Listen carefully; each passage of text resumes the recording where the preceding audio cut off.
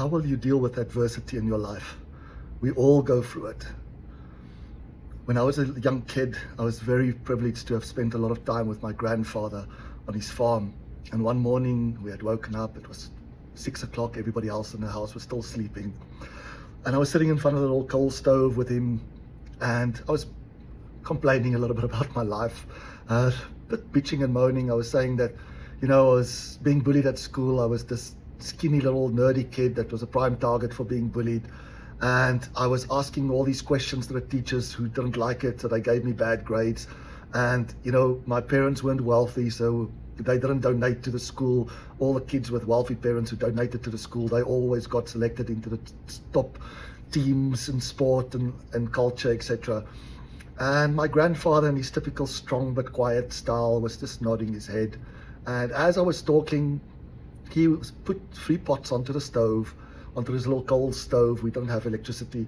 And he waited until it got to the boil. And then in the first pot, he put some carrots, and the second one some eggs, and the third one some coffee beans. And I was curious. I said, "Granddad, are you preparing lunch? What are you doing?" He just kept quiet. And after about 10-15 minutes, it had been boiling for some time, and he took the pots off the stove. He took out the carrots, and he took out the eggs, and he poured the liquid from the coffee bean pot into a little cup with the coffee beans. And he said, he gave me a knife, and he said, "Cut through the carrots, the eggs, and the coffee beans, and tell me what you see, specifically about the outside and the inside, before they went into the boiling water and after they came out." And I'm going to get emotional when I tell the story, but I looked at the carrots and I cut through them, and I said, well, before, the outside and the inside of the carrots were quite hard, and now after they've been in the boiling water, they're both soft and quite weak. You can, flop them around like this, both outside and inside. And he said to me, yes, that's what can happen to you in life, is when you face adversity, when you get put into that boiling water, it could be a situation or person that treats you unkindly or unfairly, you can come out soft and weak on both the outside and the inside, and life and other people will just walk over you. He said, that's not a good way to live your life. That sucks. That's just constant suffering. And then he asked me to look at the eggs, and I'd cut through them, and I said, well, before, the egg was hard on the outside, the shell.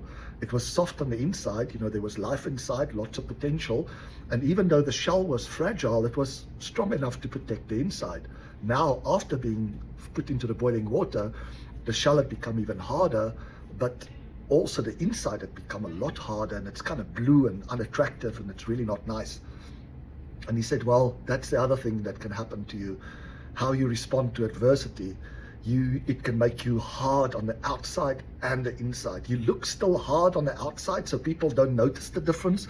But what they don't see is on the inside, you've also become hard. You are angry and resentful. You blame everybody. And worst of all, you start thinking that you should do it to them before they do it to you. And he said, that's also an awful life to live.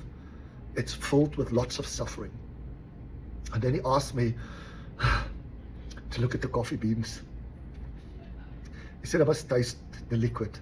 And of course it was delicious aromatic coffee by that stage. And he said, how did it get that? Look at the coffee beans. What's happened to the outside and the inside? I said, well, the coffee beans started by being hard outside and inside, but after being boiled, it remained quite hard on the outside, but it became soft on the inside. And he said, yeah, a third way that you can respond to adversity. You can remain strong on the outside, but you become soft on the inside. You are humble, you are kind, you are respectful, you are generous. And he said, by being that, you actually end up changing your environment. You change the boiling water into lovely aromatic coffee. You change people that were maybe treating you unfairly by showing them that you're not going to let them change you. You could have a positive impact on them.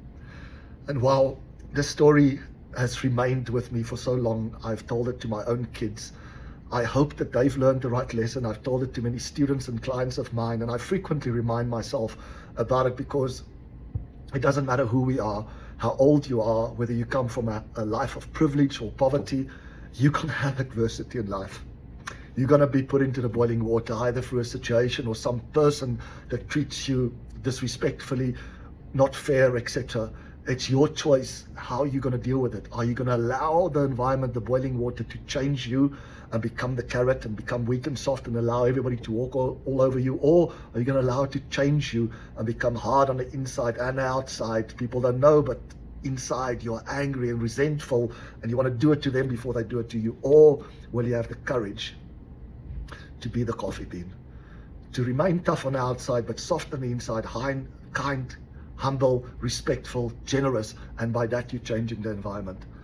I think it's a useful reminder for all of us, and I hope that it was valuable for you to hear the story again. I know the story has probably have been told in many cultures, but it had a huge impact on me growing up. And if you find it valuable, please like it, please share it, especially with those people that you're concerned that they've gone through the boiling water and it turned them into a carrot, or the eggs, or maybe they're going through it at the moment and you want to send them a reminder to not allow the environment, the adversity to change them, but for them to change the environment. Thank you.